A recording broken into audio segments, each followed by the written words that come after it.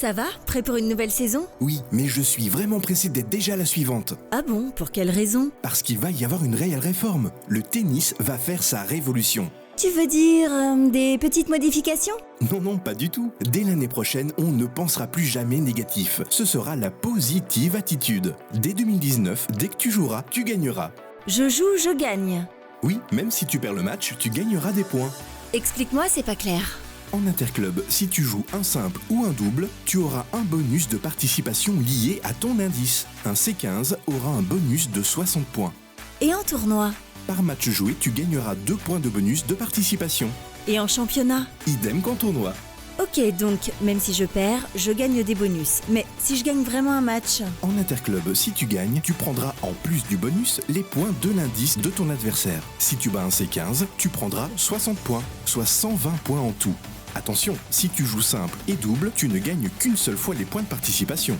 Et en tournoi? Grande nouveauté, tu gagneras les points en fonction du stade atteint, comme à l'ATP ou à la WTA. En fait, ce sont des grilles que tu peux trouver sur le www.aftnet.be. Plus tu iras loin dans le tournoi, plus tu gagneras des points. Idem en championnat. Il y a évidemment plus de points à gagner en messieurs 1 et dame 1 qu'en messieurs 4 et dame 4 par exemple. Idem pour les catégories d'âge. Les grilles de points seront également pondérées. Les points obtenus en catégorie messieurs ou dames 35-3 seront moins importants qu'en messieurs ou dames 3. Mais si je bats un joueur, je gagne aussi des points en fonction de son classement. Oui, comme en interclub, tu gagneras les points de son indice. 60 points si tu bats un C15. Donc en tournoi et en championnat, je peux gagner 3 fois? Oui, tu auras des points en fonction du stade atteint, des points de participation et des points de bonus victoire.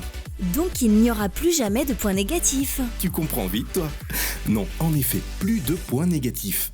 Et comment le classement va-t-il être calculé? Pour les tournois, on ne va plus prendre tous les résultats, mais uniquement les 8 meilleurs résultats obtenus au cours des 12 mois précédents.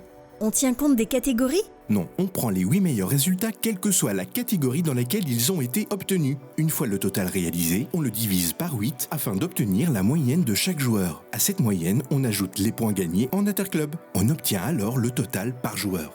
Ben, si je joue moins que 8 tournois, j'ai plus de chances d'avoir une bonne moyenne, non? T'es un peu filou, toi? Non, il y a une grille de pondération. Si tu ne joues qu'un tournoi, tes points seront divisés par 2. Si tu en joues 2, ils sont divisés par 3. Et si j'en joue plus que 8? On ne tient compte que des 8 meilleurs résultats en tournoi. Donc on divise par 8 pour avoir la moyenne et on ajoute les points des interclubs.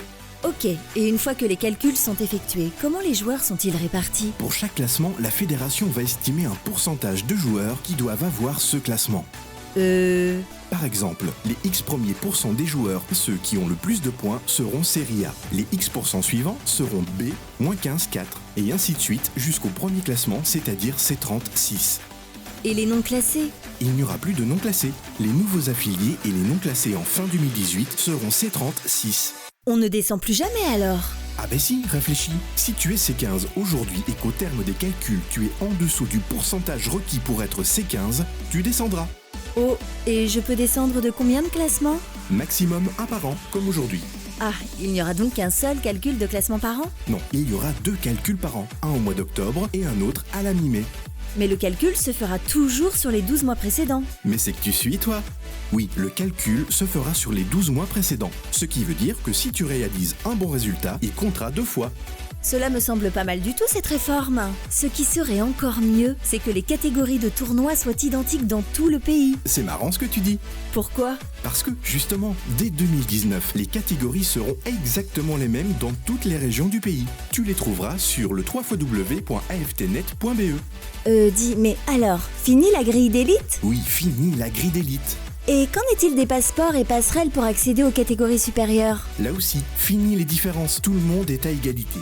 Les joueurs et les joueuses qui disposent d'un des 2 classements supérieurs à leur catégorie peuvent participer à celle supérieure, mais à condition de s'inscrire dans la leur. Un seul règlement de classement pour tous les joueurs belges. Tous? Enfin, tous les joueurs belges de 14 ans et plus, ainsi que les moins de 13 ans classés C30 et plus. Et les autres jeunes? Les jeunes, c'est une autre histoire que je te raconterai une autre fois. C'est génial, mais c'est pour quand? La réforme prend cours le 1er décembre 2018 et le premier calcul de classement aura lieu en octobre 2019.